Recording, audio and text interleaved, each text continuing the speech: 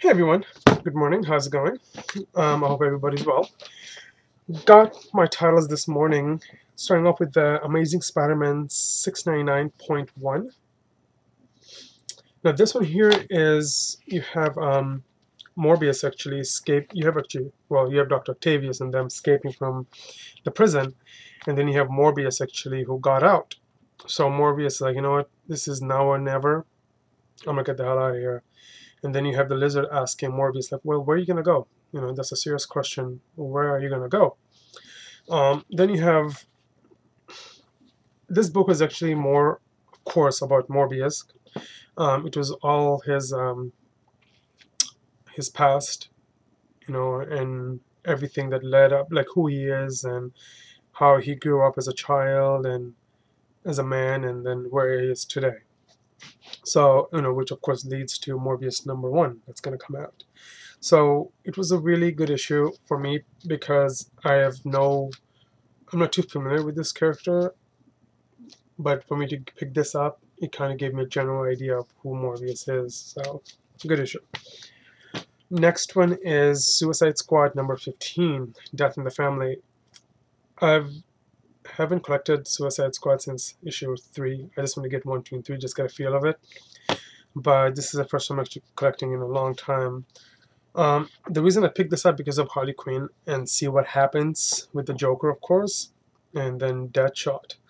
In this issue, you can tell that, the Joker is just torturing Harley Quinn, just torturing her, and you can tell he's trying to win her over again because he knows she's not the same person that she was when he first left a year ago. She's someone different now. And Harley Quinn mentions that, you know what, I love you, and that's why I did what I did. I knew it was wrong, but I did it because I love you. And now, a year later, she's like, you know what, I still love you, but that doesn't mean I have to be with you and do the stuff that you do. So he just puts her through a lot of torture and just abuses her, just kicks her ass. She gets bitten by a dog. Then, of course, he beats her up, and then towards the end, of course, he ties her up in this little dungeon room right here, and you see all this corpse there, and I guess those are the Harley Quinns that was in the past, because he mentions that, you're not the first one and you won't be the last one. There's going to be more Harley Quinns after you, and the ones that she sees around her is the ones that failed, and he locked him up down here and just rotted to death. But she decides to break out through this small little skinny cups right here, and it looks like she just squeaked and broke her fingers and the whole hand and everything, and just wrist, and just got out. And towards the end, you see Deadshot actually coming to life. It's like Deadshot is I'm alive, and next issue is going to be Deadshot Rising. So it was a good issue. It was a really good issue for me to pick up. It's been a long time, like I said, I'm picking it up. But I'm definitely going to pick up 16 just to see what happens with Deadshot and where it goes with Harley Quinn also. Next issue is Ninja Turtles #17. In this issue, you have General Trang, who is actually in his planet Neutrino, who is attacking a city called Samada. And the king of the city actually sends Commander Dusk, Dusk, to go and get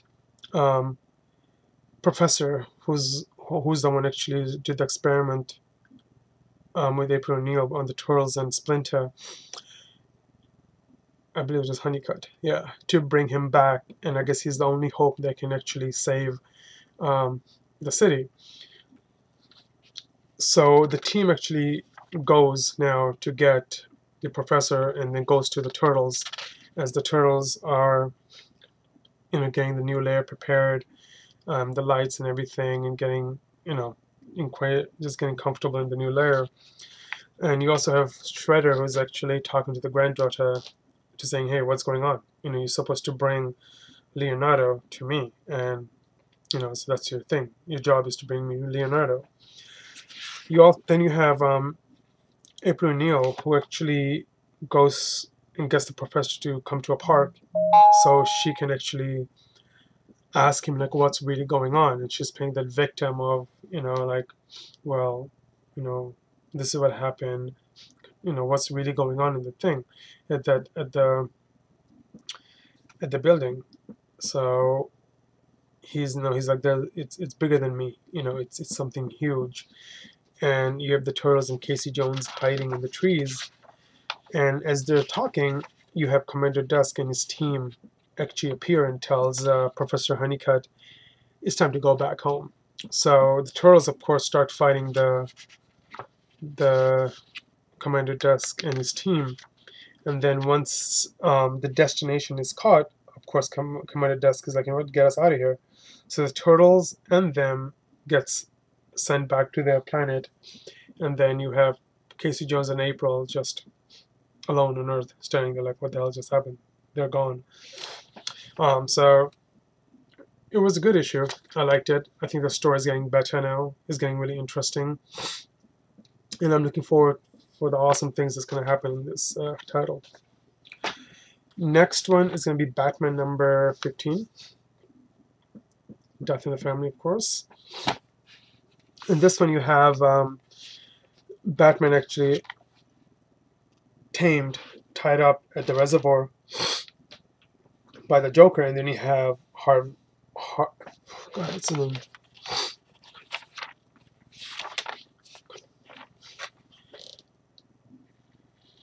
You have Harry, Lieutenant, who's there with his officers. They're like ready to just take the Joker out, but I guess Joker has someone on the trees with a missile who blows them up right here, and that gives Batman a chance to get out, and he blows Batman up also. But then Batman, of course, comes out at him, and while he's beating the Joker up, the toxin actually goes on his skin, and it kind of just seems like it just paralyzes Batman for enough time for the Joker to kick him in the reservoir. And of course, next time when he wakes up, he's actually around Nightwing, his son, Robin, Batgirl, Jason. They're all there. Yeah, Robin. Robin is his son. His son. So, the whole team is concerned, like, well, he knows who we are. We need to talk. So what's going on? They show the tape of Alfred getting kidnapped, and Batman is assuring them that Joker doesn't know who they are. He's just talking out of his ass. So I guess there's a secret that Batman hasn't ever told him. When he first met the Joker by the reservoir, I guess they had the first battle, he actually stopped the Joker and threw him over inside in the reservoir. And when he went back, after Batman took the toxins out with the Batboat, he went back and tried to look for the Joker, like almost, I think, all day and night, and he couldn't find him. So when he went to the Batcave to rest, he woke up and came back down. He saw Joker's playing card there. So everybody's like, okay, so it means Joker was in here. Joker knows everything, He was in the Batcave and blah, blah, blah. But Batman is assuring that he doesn't know anything. The amount of alarm and stuff that he has in the Batcave, there's no way he would have gotten in there. The card was probably stuck to the boat and stuff. So, so Jason actually looks like that he has some kind of a lead.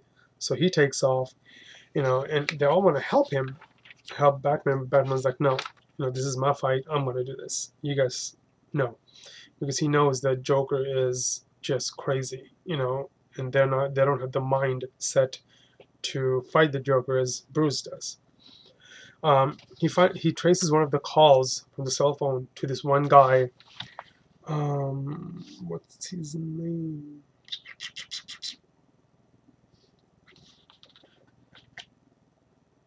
Shoot.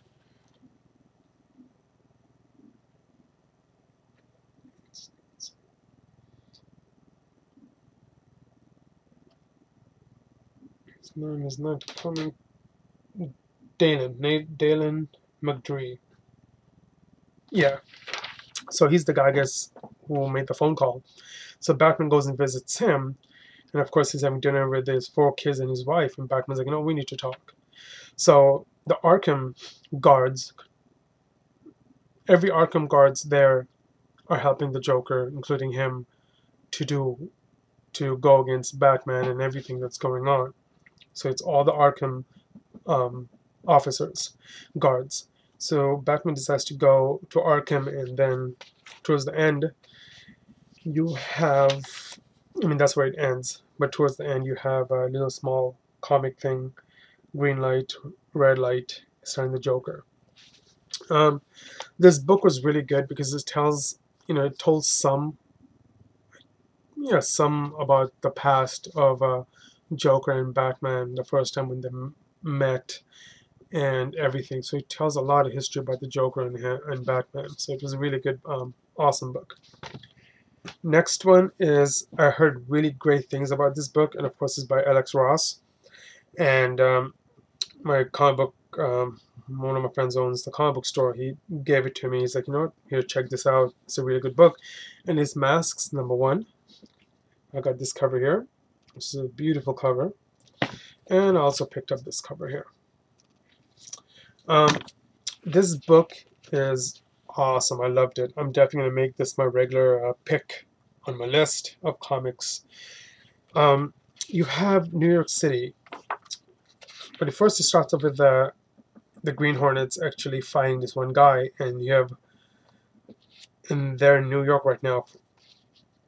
They tracked him all the way from Chicago to New York, and of course they meet up with the Shadow, and Kato decides to fight or throw a first punch at the Shadow, but the Shadow actually hits him right in his nuts and puts him down for a while. And then the Shadow's like, you know what, I'm not the bad guy, I'm not the person you hear, I'm not who you think I am, and all that stuff. So the Shadow tells the Green Hornets that if you go to this club here, this restaurant kind of a thing, you'll find a lot of information there. So God, what's his name? I have not collected the Green Hornet for a while. So Brett Reed, Mr. Reed, decides to go to the club and meet up with God, what's his name? Lamont Carlson. Meet up with him and talk to him about, he knows that, someone, the Shudder figure has sent you here, and he's like, yeah. So I guess the Justice Party is this group of criminals who has taken over New York, including the police officers, crooks that have been given badges to wear. And the Green Hornets is actually looking for a guy named Rothikio. God, I hope I'm saying that right, but I think I'm saying it wrong. Anyway, but that character. So I guess he is one of the Justice Party. And the rules and all the policies have changed.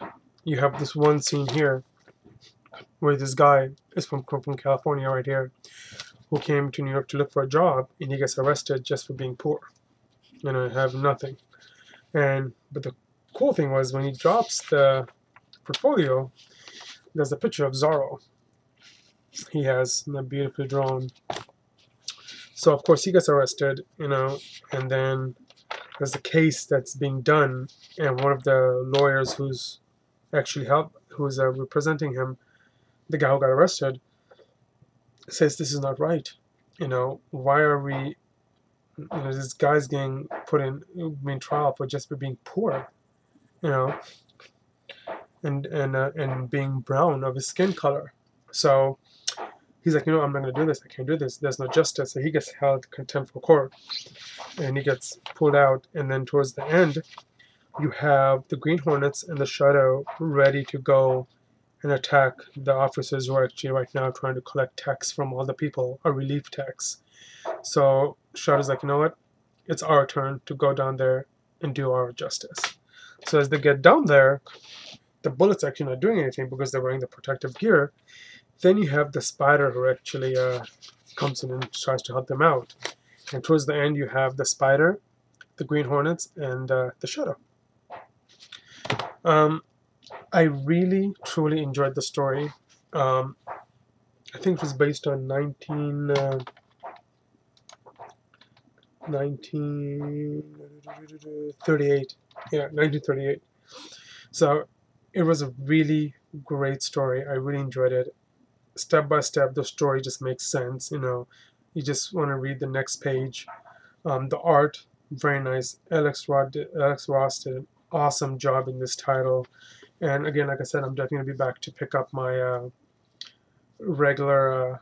It'll be on my regular list for pickups from this company. So yeah, it's a good book. If I have to pick book of the week, I would say.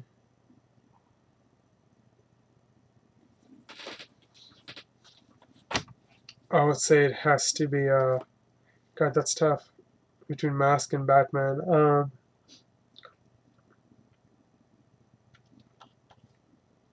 You know what? I'm just gonna say the Batman is my pick of the week. All right, guys. Thank you so much for watching, and you guys have a wonderful week. Take care.